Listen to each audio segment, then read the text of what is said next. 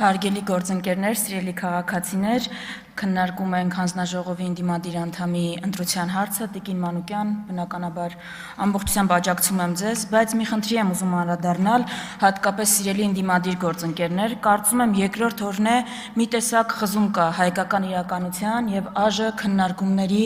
մեջ։ Ես իրականում այս ելույթով այդ խզմանն եմ ուզում անդրադառնալ ու հնարավորինս վերացնել այդ խզումը, ամենևին առանց նսեմացնելու այս քննարկման կարևորությունը։ Երեք Հայաստանի Հանրապետության ղեկավարը հայտարարել է, որ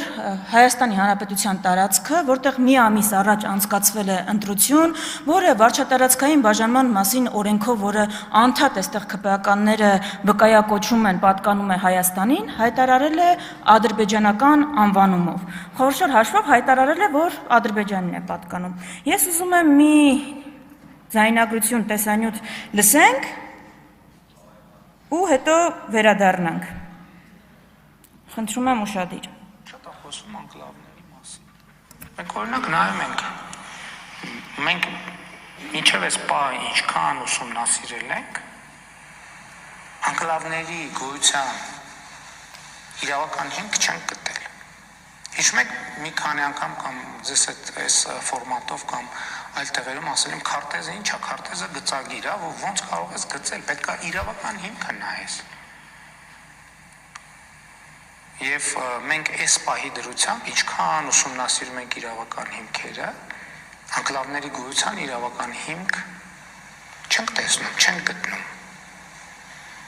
Մեզ թվում է, որ մենք այս մի տարվա ընթացքում արդեն բոլոր հնարավոր փաստաթղթերը ուսումնասիրել ենք։ Բայց նաև ուզում եմ արձանագրել, որ այս պահի դրությամբ այդ իրավական հիմքը մենք չենք գտնում։ Շատ է խոսում անկլավներ։ Նիկոլ Փաշինյան 2022 թվական ելույթը կարելի էր վերնագրել հետ բերեք հին Նիկոլին։ Ես հիմա հարց առաջանում, ուսումնասիրությունները շարունակել եք իրավական հիմքեր եք գտել, եթե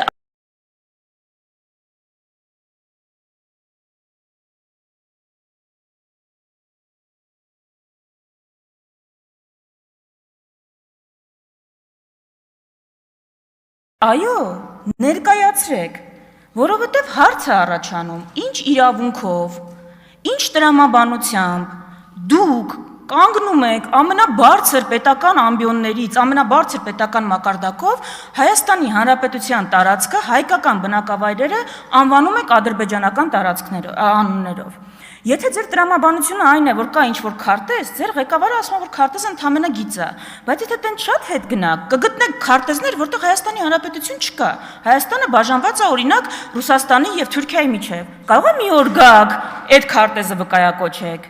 Եթե ձեր տրամաբանությունը այնն է, որ Ադրբեջանը ինչ անունով անվանում է մեր բնակավայրերը, դուք կրկնում եք, մեր բոլոր գրեթե բնակավայրերը ունեն ադրբեջանական անուններ։ Երևանին գիտեք, չէ՞ ինչ են անվանում, Սևանին, Սյունիքին։ Էդ է տրամաբանությունը։ Եթե ձեր տրամաբանությունը այնն է, որ որտեղ ինչ որ ժամանակ ապրել են այլազգիներ, դա պատկանում է այդ պետությանը, Հայաստանի տարբեր տեղերում ապրել են ու ապրում են տարբեր այլազգիներ։ Ինչ, մենք ունենք իրանական, ռուսական, թուրքական, ադրբեջանական տարածքներ։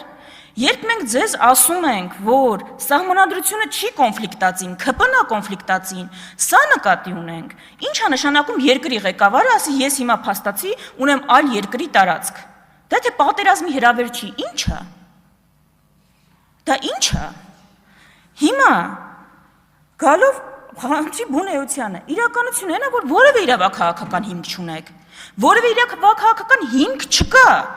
բայց Ադրբեջանի հերթական պահանջը կա։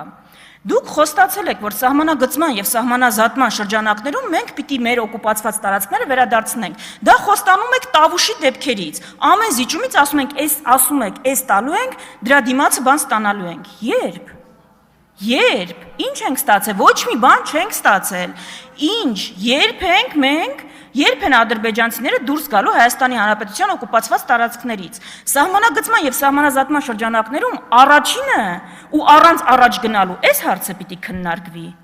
ուրիշ ինչ ավելի կարևոր ու կենսական հարց կա, բայց այստեղ են գալիս ես կրկնում եմ, շարունակում եմ կրկնել, որ այստեղ են գալի այս խորհրդանի ամենակարևոր ու կոնցեպտուալ քննարկմանը, երբ մենք ձեզ հարցնում էինք, ֆիքսեք սպառնալիքները, Սա նկատի ունենք, որովհետև փակ սահմանը չի սպառնալիք, դա հետևանքն է Ադրբեջանի ու Թուրքիայի պետական քաղաքականությունն է։ Ինչու է սա պետք ֆիքսել, որովհետև անկյունակարային միտք, որը հնչել է այս ամբիոնից, բայց ես ուզում եմ ուշադրությունը հրավիրել։ Ադրբեջանը Տիգրանաշենը կարող է պահանջել մենակ մի բանի համար, եթե ուզում է կազմաքանդել Հայաստանի Հանրապետությունը։ Տիգրանաշենը իր համար որևէ այլ նշանակություն չունի։ Տիգրանաշենը Ադրբեջանը կարող է պահանջել, եթե ուզում է ամբողջապես շրջափակման մեջ վերցնել ու ակցիանի մեջ պահել ու պարկի մեջ պահել Հայաստանի Հանրապետությունը։ Ձեր ապաշրջափակման օրակարգի անվան տակ Երևանից դուրս եկող երկու միջպետական ճանապարհները հայտնվում են Ադրբեջանի վերահսկողության տակ։ Հայաստանը ամբողջությամբ հայտնվում է պարկի մեջ։ Եթե Ադրբեջանը Հայաստանը կազմաքանդելու նպատակ չունի, Տիգրանաշենը իր համար որևէ նշանակություն չունի։ Իր 86600 եւ այլնի մեջ դա որևէ այլ նշանակություն չունի։ Ու այստեղ է գալի ամբողջ հարցը։ Եթե այն, ում է դուք հայտարարում եք, որ խաղաղությունը հաստատված է, առաջ է տանում հերթով իր նպատակները քեզ ոչնչացնելու, այդ ո՞նց է խաղաղություն հաստատել։ Սա ենք մենք ասում, որ խաղաղություն հաստատեք, պիտի վերացնեք կոնֆլիկտը ծնող պատճառները։ Ու կոնֆլիկտը ծնող պատճառը այն չի, որ հայերն ու ադրբեջանցիները իրար հետ են ապրել, որտեղ հայերն ու վրացիներն էլ են իրար հետ ապրում, բայց էթնո-քաղաքական կոնֆլիկտ չկա այդտեղ։ Կոնֆլիկտը ծնող պատճառը Թուրքիայի, հիմա Ադրբեջանի մասն ենք խոսում, պետական քաղաքականությունն է։ Դրա փոփոխությանը պիտի հասնենք։ Ոչ թե երբ որ այդ փոփոխությանը չես հասել, հերթով քո ամեն զիջում կբերեք ինձ օրինակ, որ ձեր հերթական զիջումը պակասացրել է Ադրբեջանի որևէ պահանջ, ոչ թե ավելացրել է, այլ պակասացրել է։ Եկել ենք, հասել ենք հիմա այնտեղ, որ մի ամիս առաջ, որտեղ որ ընտրություն ենք անցկացրել, քննարկում ենք Հայաստանա, թե չէ։ Ես հիշեցնեմ, որ դուք էլի ձեր վարչությամբ հավաքվել որոշելու իրավունք չունեք, որն է Հայաստան, որը չէ։ Դուք ինչ եք Պարոն Սարգսյան, պարոն Գարիկ Սարգսյան, ձեզ հայտարարվում է նախազգուշացում։ Հիմա Հայաստանի Հանրապետության տարածքային փոփոխության միակ ձևը հանրաքվեն է։ Դուք էլի հավաքվել որոշելու ինչն է Հայաստան, ինչը չէ, դրա իրավունքը չունեք։ Բայց մեկը էլի անկյունակարային հարցի ենք գալիս այստեղ։ Երբ այսքանը մենք ձեզ ասում ենք, նկարագրում ենք, գալիս եք այստեղից կանգնում եք, ասում եք դուք տրավմա ունեք։ Դրա համար էլ չեք ուզում, չգիտեմ, մեր լավը չեք ուզում։ Տրավմա չունենք, սիրելի հայրենակիցներ, ունենք 135 տարվա այո փորձ։ Տրավմա չունենք, փորձ ունենք։ Այն ինչ որ արել եք, այն ինչ որ այս ամբիոնից գալիս եք, մեր հրապարակած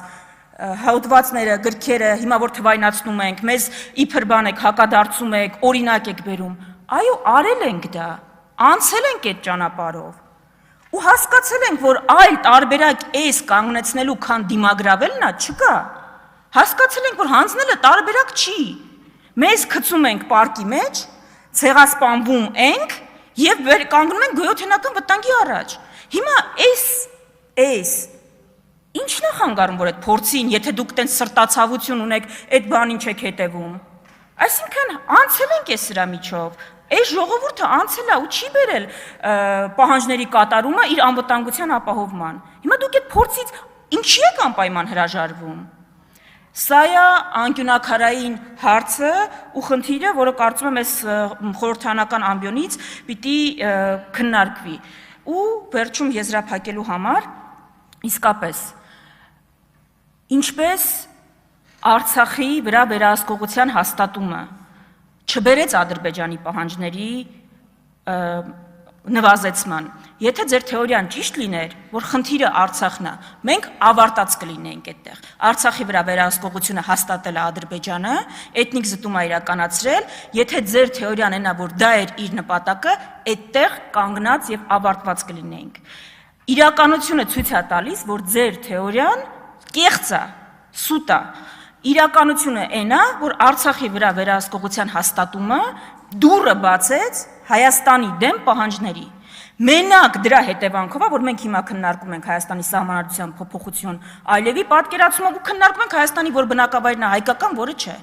այս տրամաբանությամբ, որ ասում ենք, այս պահանջները կատարեք առանց դիմագրավման, սահուն անցնելու ենք հաջորդին, որի վերջը չկա։ Ադրբեջանական պահանջները ունեն սկիզբ, Արցախով սկսվել է, վերջը դրա չկա։ Եթե կա, ցանկը հրապարակեք, որ մենք հասկանանք, ասենք լավ, այս 100 կետը զիջում ենք, այն ինչ մնա լավ է, չկա վերջ այդ պահանջների։ Հայկ Ֆարմանյան